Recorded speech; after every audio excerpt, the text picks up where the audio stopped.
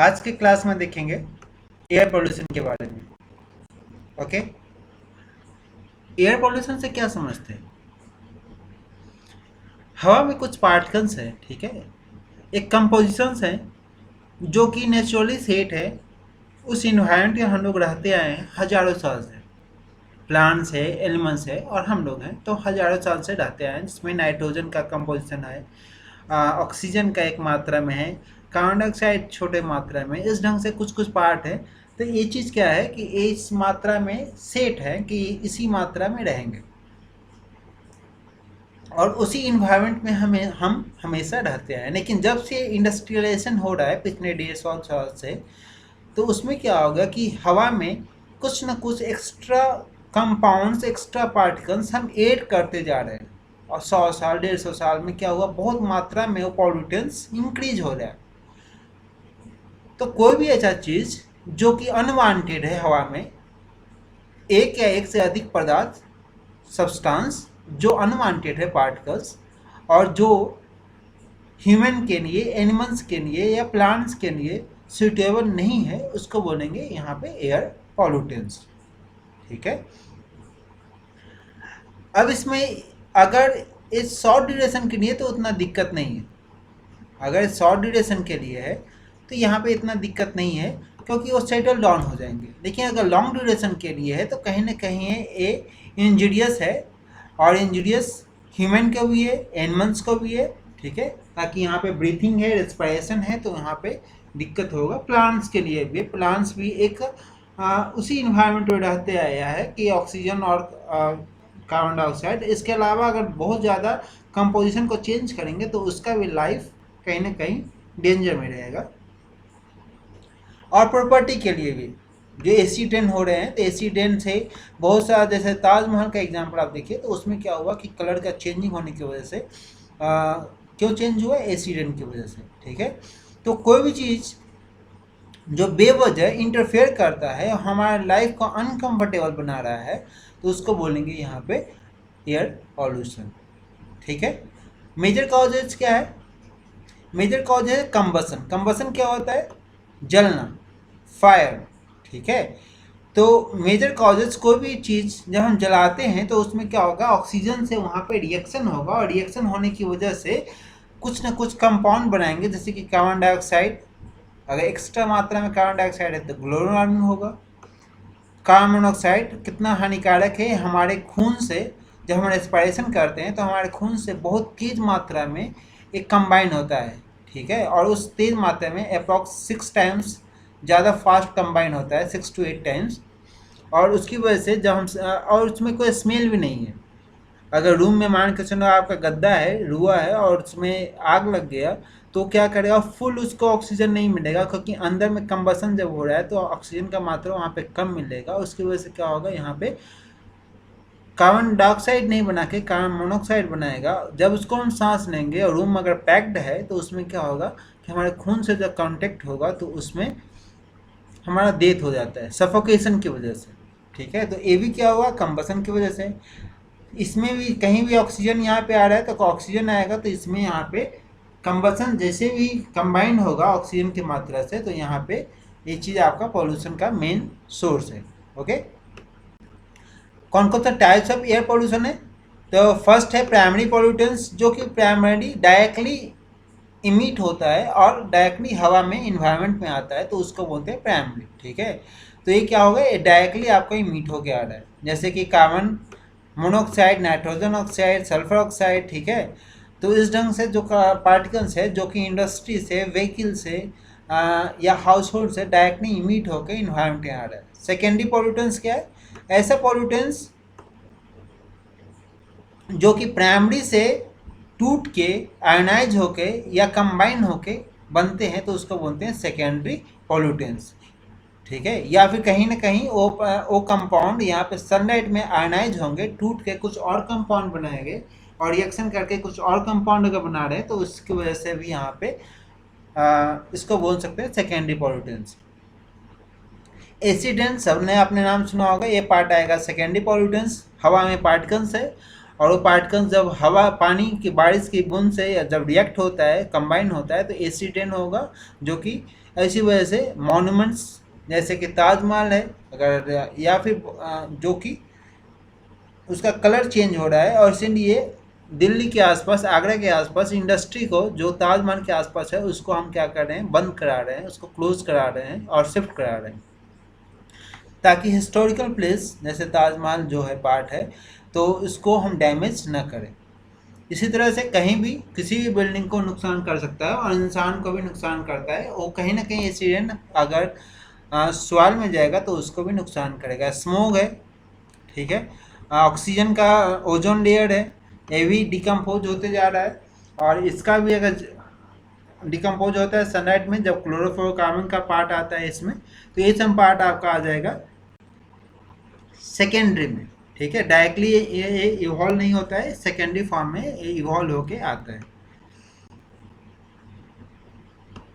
Air pollutants को अगर 3 भाग में क्लासिफाई कर सकते हैं, 3 ब्रॉड कैटेगरीज में हम क्लासिफाई कर सकते हैं। फर्स्ट पार्ट में आपका आ जाएगा नेचुरल, ठीक है, जो कि नेचुरली है, इसमें इंसान का बहुत कम रोल है, नेचुरल चीज़, नेचुरल प्रोसेस है, जैसे कि फॉग है, फॉग मॉइस्चर जो हवा में आ रहा है, ठीक है, तो मॉइस्चर होने की वजह से कुहासा जिसको बोलते हैं, तो वो आपका फॉग है, तो वो भी एक तरह से पॉल्यूटेंस है, अगर एक्स्ट्रा मात्रा में है तो वो पॉल्यूटेंस है। तो नेचुरल फॉग है। पॉलन ग्रेन्स जो कि फ्लावर से जो उसके पार्टिकल्स होते हैं, जब हम फ्लावर को सूंघते हैं तो उसमें क्या होता है, कहीं ना कहीं हमारे नाक में जाएगा उसका पार्टिकल्स, और कहीं ना कहीं वो दिक्कत क्रिएट करता है कुछ इंसान। तो पॉलन ग्रेन्स है। बैक्टीरिया है, ठीक है।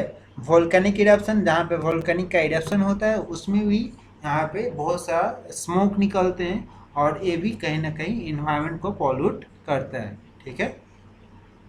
इसके अलावा डस्ट है, स्मोक है, डस्ट या सॉइल के पार्टिकल्स, स्मोक है, धुआं जो कि कंबसन से हमने पहले डिस्कस कर लिया, ठीक है। मॉइस्ट फॉग, फॉग जो कि मॉइस्चर का पार्टिकल्स, कुहासा, ठीक है। इसके अलावा अगर बात करें कि गैसेज एंड वेपर में, तो यहाँ पे जो कंपाउंड्स है, जैसे कि सल्फर के कंपाउंड, नाइट्रोजन के कंपाउंड से इस जो कंपाउंड बनाते हैं, तो एक्स्ट्रा कंपोनेंट्स है, हेलोजन के ऑर्गेनिक कंपाउंड है, ठीक है। रेडियो एक्टिव एलिमेंट्स है, और उसके गैसेज जो बनते हैं रिएक्शन की वजह से, तो यहाँ पे जितने पार्टिकल्स है यहाँ पे क्या है, पॉल्यूटेंट्स में काउंट होंगे, ओके।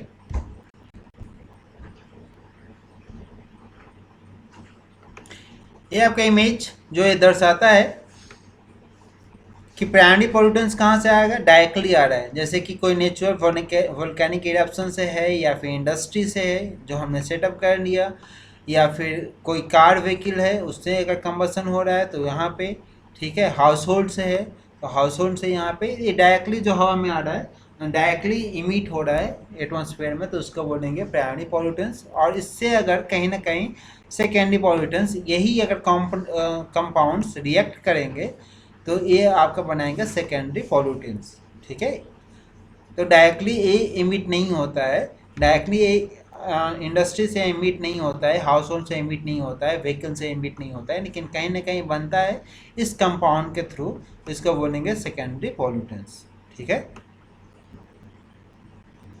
सोर्सेज कौन कौन से हैं, मेजर सोर्सेज यहाँ पे अगर देखें तो केमिकल एंड फर्टिलाइजर्स, जो केमिकल के प्लांट्स होते हैं, फर्टिलाइजर्स जहाँ पे खाद बनते हैं उसके प्लांट्स। रिफाइनरीज है, तो रिफाइनरीज के जहाँ पे क्रूड ऑयल को रिफाइन करते हैं, पेट्रोलियम जैसे कि पेट्रोल, डीजल, या फिर वेस्लिन जो हम लोग यूज करते हैं वो भी पेट्रोलियम के पार्ट्स है, ठीक है। पेट्रोकेमिकल्स प्लांट जहाँ पे पेट्रोलियम का चीज़ है, ठीक है। पावर प्लांट्स जहाँ पे थर्मल पावर प्लांट्स, कोल का यहाँ पे कंबसन होता है। पेपर मिल्स, सीमेंट आप देखे होंगे कि उसमें बहुत सारे पार्टिकल्स, सीमेंट का पार्टिकल्स धूल की तरह ही होते हैं, तो उड़ते रहते हैं, और जहाँ पे इसका प्लांट होगा तो उसमें कितने पार्टिकल्स यहाँ पे एटमॉस्फेयर में जाते हैं, ठीक है। तो इस ढंग से यहाँ पे ये मेजर आपका सोर्सेज है। इसके अलावा एरिया सोर्सेज है जो कि लोकल सोर्सेज है, जैसे कि पेट्रोल का स्टेशन, ठीक है। उसके बाद प्रिंटिंग शॉप्स, ठीक है, इलेक्ट्रोप्लेटिंग जहाँ होता है उसमें, तो इस ढंग से जो प्लांट है जो कि आसपास लोकलाइज दुकान में जहाँ से कंबसन होते हैं या घरों का कंबसन, तो ये हो गए एरिया सोर्स। एंड थर्ड आपका आता है मोबाइल सोर्सेज। मोबाइल सोर्सेज जो मूवमेंट की वजह से, जैसे कि ऑटोमोबाइल्स जितने फोर व्हीलर आप देखते होंगे या टू व्हीलर्स देखते होंगे, तो उसमें पेट्रोल डीजल ज़्यादातर यूज होते हैं। सीएनजी अभी भी उतना ट्रेंड में नहीं है, और इलेक्ट्रिक व्हीकल तो अभी बहुत कम ही मात्रा में है। तो अभी ये चीज़ यहाँ पे मेन सोर्स ऑफ पॉल्यूटेंस भी है। ठीक है, जैसे जैसे शिफ्ट करेंगे सीएनजी या फिर इलेक्ट्रिक व्हीकल पे, तो यहाँ पे पॉल्यूटेंस को कम करेंगे। रेलवेज में अभी तो इंडस्ट्री मतलब इलेक्ट्रिक हम यूज कर रहे हैं, तो इसमें पॉल्यूशन कम है, लेकिन पहले के टाइम में ज़्यादा पॉल्यूटेंस था।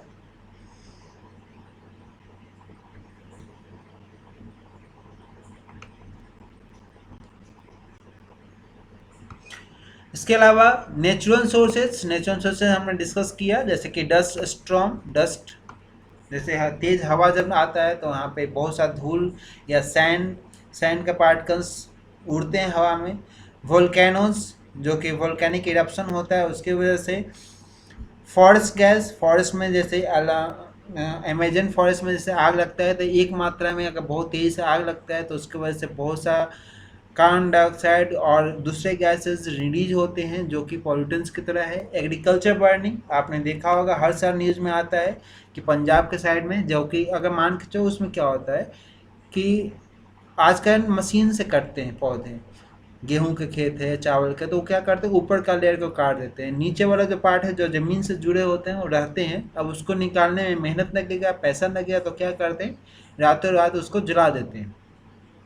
जल जाता है तो बहुत सारा धुआं निकलेगा तो वो हवा की वजह से दूसरे सिटी में जैसे दिल्ली के आसपास भी जाएगा। दिल्ली में खुद ही पॉल्यूटेंस बहुत ज़्यादा है, पॉल्यूशन बहुत ज़्यादा है, क्योंकि यहाँ पे बहुत हाईली पॉपुलेटेड है, इंडस्ट्री भी है, तो उसमें इतना ज़्यादा पॉल्यूशन बढ़ जाता है कि वहाँ सरवाइव करना मुश्किल है, फ्रेश एयर लेना मुश्किल है। सभी डॉक्टर्स एंड रिसर्चर्स ये आइडिया देते हैं, ये बताते हैं कि यहाँ इस जो पॉल्यूशन है इतना में सरवाइव करना, कहीं ना कहीं डिजीज़ होगा, लंग्स डिजीज़ होगा, या फिर लाइफ का एक्सपेक्टेंसी है घट जाएगा। इसलिए मैक्सिमम लोग फिल्टर्स यूज़ करते हैं, कोशिश करते हैं जो कि अफोर्ड कर सकते हैं फिल्टर की तरफ, मतलब कोशिश करते हैं कि एयर फिल्टर यूज़ करें। पहले तो वाटर फिल्टर्स यूज़ करते थे, बहुत से घर में आरओ आ गया। अब एक टाइम आ जाएगा जब हम लोग सभी एयर फिल्टर यूज करेंगे, अगर एयर पॉल्यूशन पर कंट्रोल नहीं करेंगे तो। ठीक है, इसलिए एयर पॉल्यूशन को कंट्रोल करना बहुत ही ज़रूरी है। जो फ्री का चीज़ है उसको इतना फ्री मत समझिए कि हम उसको वेस्ट करें। हवा पानी फ्री में है, आप देखिए पानी अगर जो फ्री का चीज़ था उसको आज हम 15 रुपये 20 रुपये पर लीटर बोतल हम लोग खरीदते हैं। सिमिलर वे में हवा भी हमको खरीदना पड़ेगा। तो इस चीज़ को यहाँ पे ध्यान रखिए कि एयर पॉल्यूशन को कम से कम कीजिए। Thank you.